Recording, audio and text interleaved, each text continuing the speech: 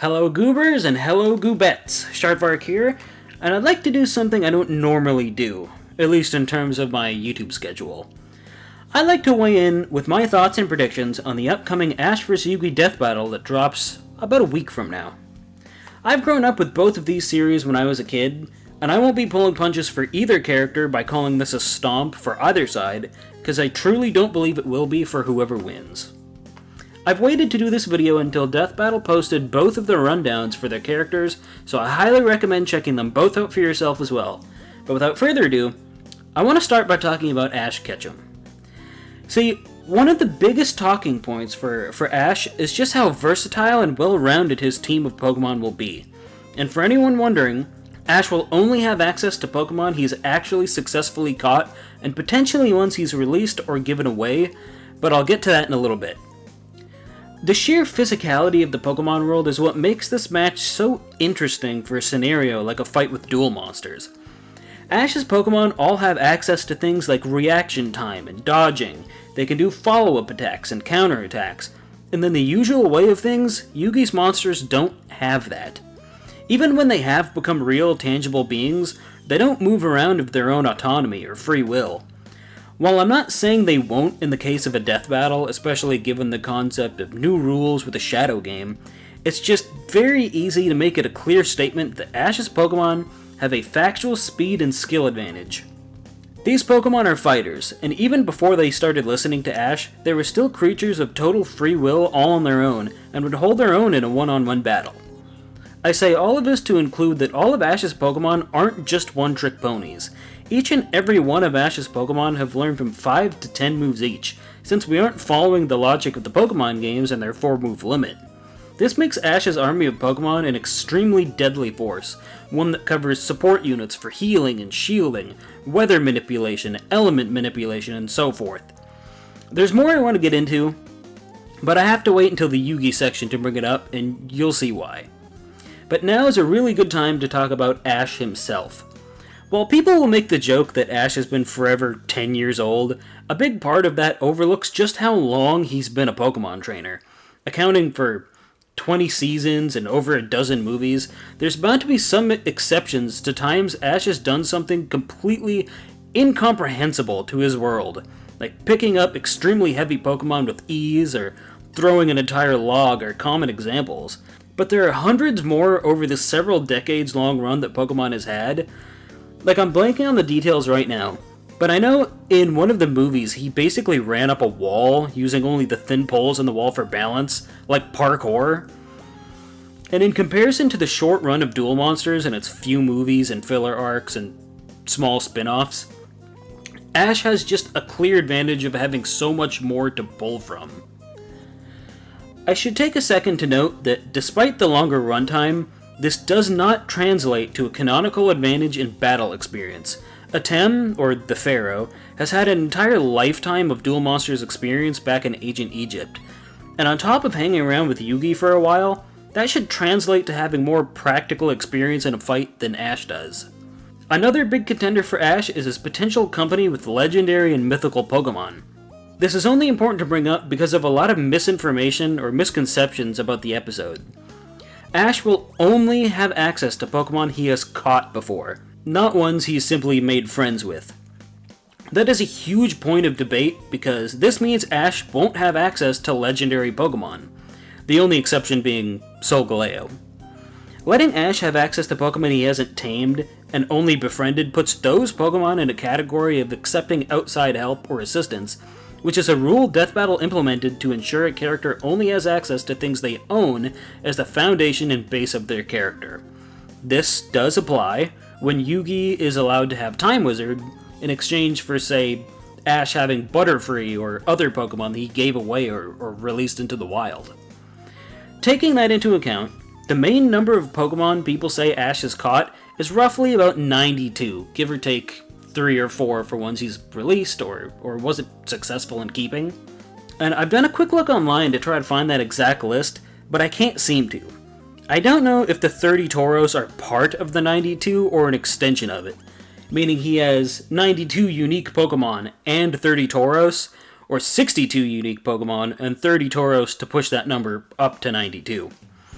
I say that with full transparency that I don't know each and every Pokemon he's ever caught, but regardless, that is a huge number of Pokemon, especially given that a random wild Machamp killed a Mortal Kombat character a few seasons ago. Now, I'd like to switch things up and start talking about Yugi. Before I inevitably compare the two of them together and explain to you who I think wins this death battle. Yugi Muto, and by extension, Yami Yugi, otherwise known as Atem, or the Pharaoh, or however you want to call him. I'll be calling him Atem just to separate the two, easily. They're the best duelists in the entire history of Yu-Gi-Oh! Characters like Yubel, who had plans to merge and destroy a collective 12 universes, found Yugi to be the biggest threat to them and Jaden. But before I get too far on that, we need to take a step back. Yugi and Atem's dueling is extremely smart and well-paced. You'd think that for a death battle, not having a speedy playstyle would be bad for them, and for other duelists, I might agree, but for these two, I don't think that's the case. Now I can bring up what I wanted to earlier because some of the common misconceptions about this match. Giving Ash access to all of his Pokemon throughout the Pokemon anime and only giving Yugi a standard deck of 40 cards from one of the arcs in his series would be a huge disservice and biased decision from Death Battle, and I believe they'll be giving Yugi and Atem access to every card they've ever played in Duel Monsters, disregarding that card limit. This is why in Yugi's rundown, they explicitly mention Time Wizard, a card that Yugi gave to Joey Wheeler in the Duelist Kingdom arc.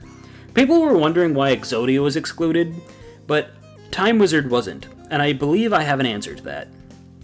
For starters, Yugi lost Exodia much earlier into Duel Monsters than he did Time Wizard. And while Time Wizard was given away voluntarily, Exodia wasn't. In fact, Exodia wasn't even initially Yugi's, and instead put into a deck by his grandfather. Regardless, the Exodia cards were thrown from the deck of his ship by Weevil Underwood to make Yugi a weaker duelist, but in the end, Yugi proved that he didn't need Exodia to win his matches. But for all people mourning the loss of Exodia! Obliterate! Fear not, because he might still have access to it. Exodia doesn't stay gone forever. It does make a return in the final battle in Egypt between Yamibukuro and Atem, and while it was mostly a shadow game magic and explanations as to how it returned, I can see a world where Death Battle does allow Yugi to summon Exodia. Like Time Wizard, it was a direct part of his arsenal at some point in the series, and would belong to Atem specifically as the Pharaoh. However, even without Exodia, Yugi's skills in a battle are incredibly diverse. His skills can serve for support, protecting or improving his cards, or debuffing his opponent's monsters.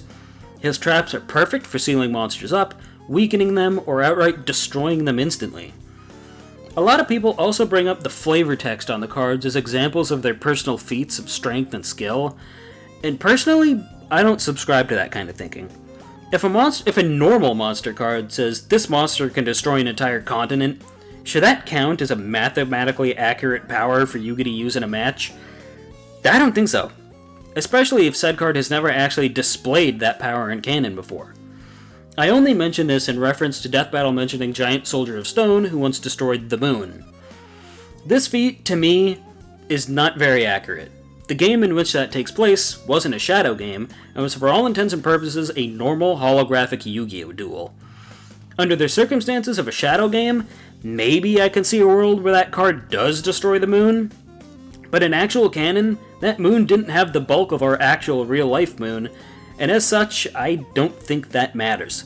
Though I will say, destroying a moon blast attack from a Pokemon would be a pretty acceptable workaround. Now, despite Giant Soldier of Stone being mentioned, a lot of Yugi and Atem's other cards do compete with Pokemon in a very obvious way. Cards like Buster Blader gain power for every dragon monster your opponent has on the field or in the graveyard, and we know Ash has roughly 4 or 6 dragon Pokemon in his army, making cards like Buster Blader extremely useful. These cards, unless the text explicitly describes other cards as being the target, are extremely crafty ways for Yugi to deal with an enemy's attacks. I'm at a point where I've covered some of the more basic things that Ash and Yugi have to bring to this fight, so now I'd like to start comparing them to each other, and talking with a larger scale, more broad definitions of what a fight like this can contain. For starters, for a fight like this to work, it has to be a complete mashup of both games, Pokemon battles, and duel monsters. Disregarding the general idea of a turn count and allowing them to play at their own speeds is not only crucial, but necessary for both Ash and Yugi to be at their very best. And with this mashup, we have to acknowledge the obvious. Pokemon can and will be subject to Yugi's spell and trap cards, as a Shadow game will acknowledge both teams as monsters in their own rights. Because of this, Yugi's monsters can and will be subject to Pokemon status conditions, like sleep, burn, freeze, paralysis, and so forth. Type matchups are now in effect. Monsters like Dark Magician have a clear advantage over Ghost-type Pokemon like Gengar and that sort of thing. However, a few YouTube predictions have also said this, and I cannot agree more, that if you sit down and you only compare the tiniest and specific set pieces together, you will never see the big picture and most common outcomes for a match of this size. We can sit here and compare Dark Magician and Gengar, or Celtic Guardian to Greninja, or Pikachu to Karibo, and we'd be here for hours. But, if we can discard all of those specifics, we can actually see so much more than the armies that define this matchup.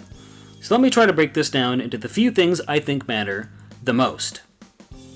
For starters, the bond that they have with their teams. Ash and Yugi both place a massive amount of trust in their partners.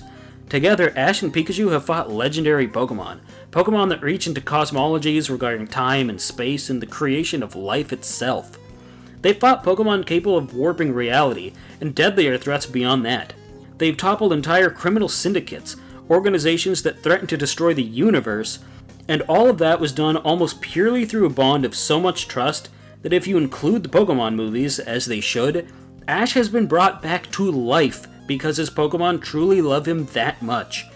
Because of this, I believe Ash can easily shake off stuff like Shadow Game illusions and painful visions. With his Pokemon around him, Ash will always get back up and keep fighting, even if that means getting back up and getting involved himself, like when he tried to throw hands with Mewtwo. Or at least tried to. On the other side of things, Atem's dual monster spirits not only respect him a huge amount, but they trust him as well. So much so that Dark Magician once actually broke free of the restraints of the Duel Monsters game to actively protect Atem from an attack early on in the series. The monsters not only see Atem and Yugi as kind, caring, and loyal to them, but they also see them both as leaders, and they know to obey commands to a fault because they trust how truly skilled the two of them are at dueling. I think when you put the two side by side, Ash has a stronger connection with his Pokemon than Yugi does with his monsters, at least in the small sense of things. Yugi's monsters acknowledge that he's their leader, a commander, but Ash and his Pokemon are really friends, and they care about one another on a level so much deeper than that of a soldier and their leader. If you disagree with that, let me know what your take on that is below, because I'm really interested in that. Now, moving on to stats and skills. This one is a lot harder to actively determine. Both Ash and Yugi have so much in their arsenals that comparing all of those little pieces together won't result in much unless you sit through all of it.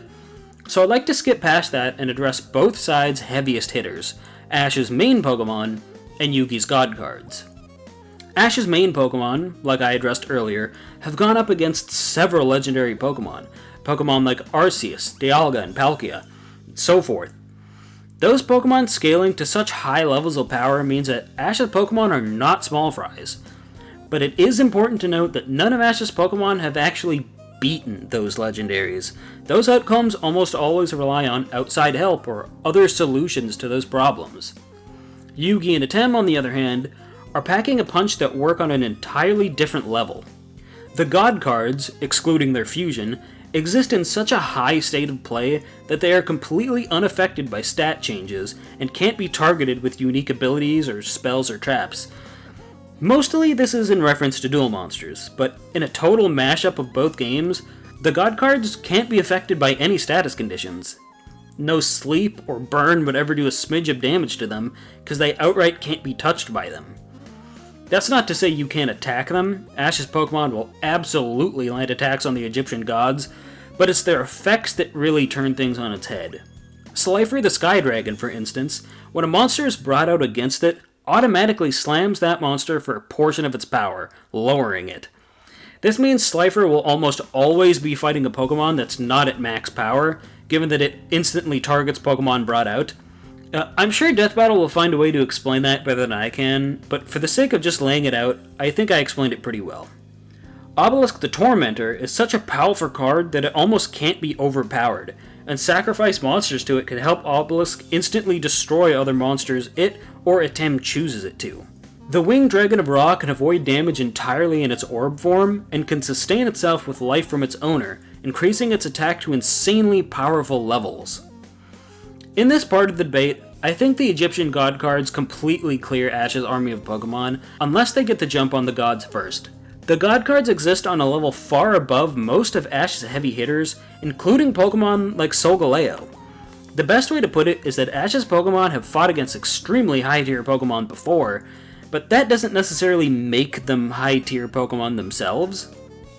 Meanwhile, the god cards are high tier monsters, quite literally existing on a hierarchy chart in which they exist leagues above normal monsters. So in terms of actually comparing their armies, I have to give this one to Yugi. Despite Yugi taking skills, that doesn't matter too much unless he also takes the advantage in playstyle and general hacks, so let's get into that. A lot of people are saying that Yugi has a very clear edge here because he has the bonus of setting up rules for a shadow game. But I think a lot of people also overplay just how disingenuous they assume him to be when doing so.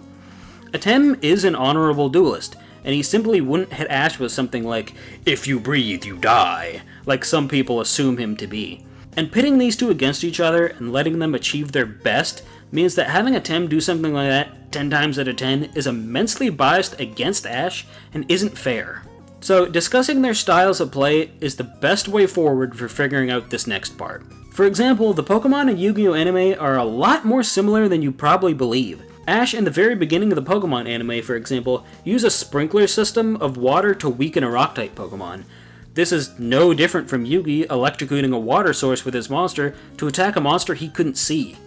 Stuff like that is extremely common in both Pokemon and Yu-Gi-Oh!, and it puts both combatants in the same ballpark of creativity when it comes to finding solutions in a fight. Ash's playstyle, as described by Death Battle themselves, was so unpredictable that it couldn't be registered by a robot, which exploded. This makes Ash's style of play so unpredictable that it might be the edge he needs to find a way to win. Meanwhile, Yugi and Atem are excellent strategists, often playing several moves in advance based on what they know of their opponent, setting down traps for the right moment, or using spells for an edge at just the right time to pull forward over an opponent. This kind of thinking makes Yugi and Atem really difficult opponents to outplay, and it's possible they can think ahead and plan for the unexpected, like Ash's playstyle. When it comes to their rule bending and more unique plays, this is also when Yugi starts to pull ahead of Ash.